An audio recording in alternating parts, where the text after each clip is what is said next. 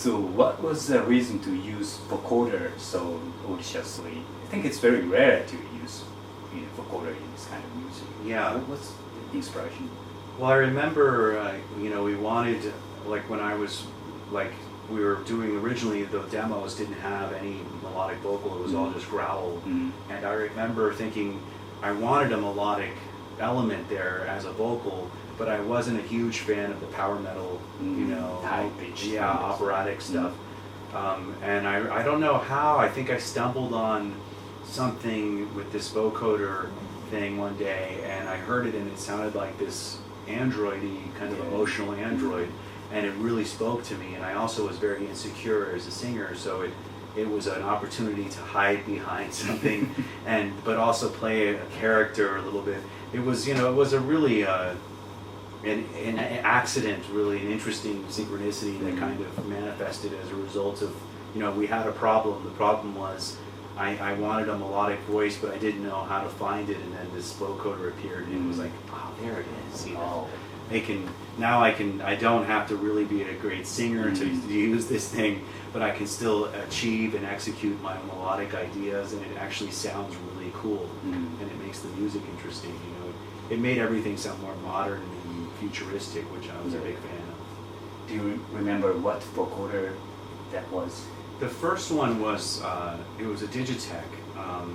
They don't make it anymore, but it was this little handheld thing where you push the pads, and it was, so I was just kind of playing these pads and programming the vocal parts with that. You just sing and kind of play them.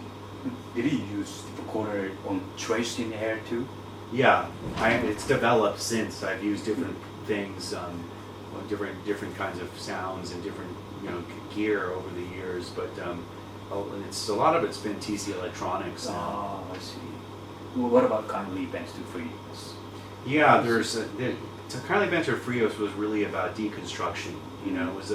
It's funny now with this new material we're writing, it's going back in the other direction, but it really was about going back to something really against everything we've done in the past, trying to just get to the root of the matter, like what does CYNIC sound like? So I did less vocoder, less classic busy CYNIC riff, and tried to kind of rediscover who we were with was just trying to create a new thing that still felt like CYNIC, but maybe wasn't using the familiar. I wanted to keep growing, really, just keep trying to have the sound develop. That was really.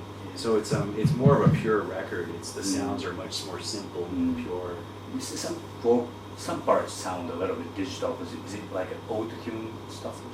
Yeah, well there's actually there's a lot of the vocals. I think the only song that has like vocoder is Moon Heart Sunhead, and but it's all played either with keyboard or I program an octave below and above my voice in the middle.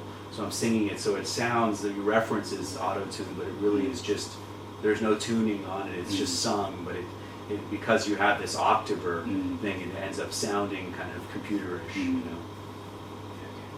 So I hear you had a rather tough experience during the first European tour, maybe with the Cannibal Corpse, because the die-hard death metal fans are very narrow-minded. Yeah. But do you think that the death metal fans are getting more, they have some broader taste and people are starting to open their ears to it? Yes, they've come a long way. Yeah, you're saying since back then. Yeah, without a doubt. I mean, back then, Cannibal were good friends and they wanted to take us out on the road with them. And it was, we were excited about that, but we realized, that the scene it wasn't big enough yet. It was just all or nothing, and it was pretty much all about the extremity. So you had pockets of people that understood what we were doing, but most of it, especially back then, was they didn't like, what are you doing? What is this stuff? So I remember a few cities where we had some great experiences, like New York and Berkeley in California.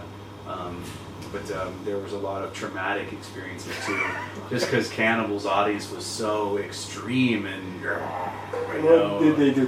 They threw the can? Threw bottles at us and screamed, and I mean here we were, like back then too, we were wearing like colorful Indian clothes and You know, our keyboardist was playing the growler keyboardist was a female, and so everything we're breaking the rules all the way around, and I think it was challenging for a lot of the audience. You know, it's totally different now. You know, the scene has come such a long way, and you have a whole new generations of progressive, and I think it's just wide open. It's just all about being experimental, and everyone embraces it now.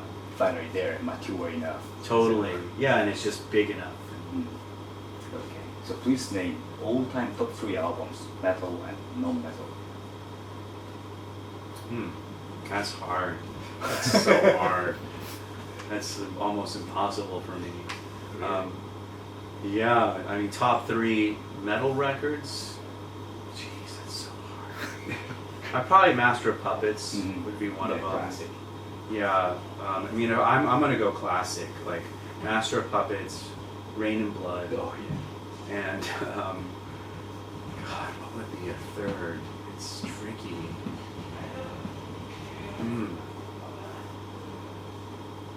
That's hard. I don't know. What do you think? Well, I'm with the old school, so I like Power and Pain, but with Clash. Oh, that was a great record. Yeah. Pleasure to Kill by Creator. That was a great record. Yeah. So there's so many cool albums. Yeah, right. Around 85, 86. Yeah. Even Destruction. Yes. There was those couple of those German bands. Yes. When they started getting more technical, they were just so yes. cool. Right. I mean, even Atheist Piece of Time. It's just a great record. So, I mean, I love Obituaries first album, you know, and Morbid Angel. I mean, there were all there was a lot of, and Deicide. I remember we got the Deicide demo before Roadrunner signed him, and I heard this, and it was just, and it was so brutal. You know, it was like, wow, this is a whole other level, you know. But yeah, it's hard to do for me lists because they all get jumbled together. You know, I like them all in different ways. You know, there's things. Obituary, John Tardy was always the best growler. You know, he has a great voice. Yeah, just so there's always very specific kinds of things about those records, from the production to the songwriting to the singer to the guitar players that made them all special. You know. What about no metal stuff? It's harder. I mean, like, you know, I still like Talking or Secret Story from Pat Metheny are big albums for me. You know, Birds of Fire, Mahavishnu Orchestra.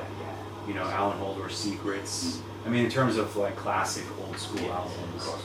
Yeah. I'll say that for now. That'd be great.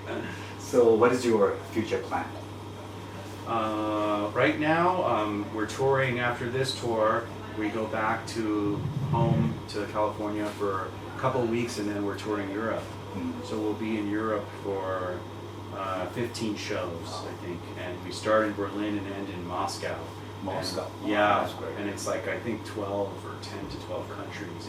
It's a lot of show, a lot of non-stop, day after day. So, and then after that, I think just keep working on a new record. We had started already working on the new record before all this stuff, touring stuff happened. So we have a handful of songs already developed, and I work as a musician too in LA. I'm scoring a film right now on the Love, so I have to finish that in November. And I have another project with my friend Amy Correa called Onward with Love, and we're actually, that project's going to open for CYNIC in Europe.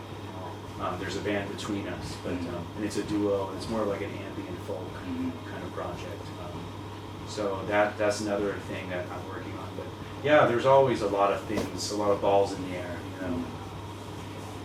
So for the last, can you give the message to the Japanese fan, to the camera? Oh, well, I have to say, arigato, arigato. The best fans I've ever encountered. We had a meet and greet yesterday at this club near Shibuya where we're staying, and they were so kind and so sweet and so humble. Really amazing people, and we're very grateful to be here and to be able to play in Japan. So, arigato. Okay, thank you very much. Thank you.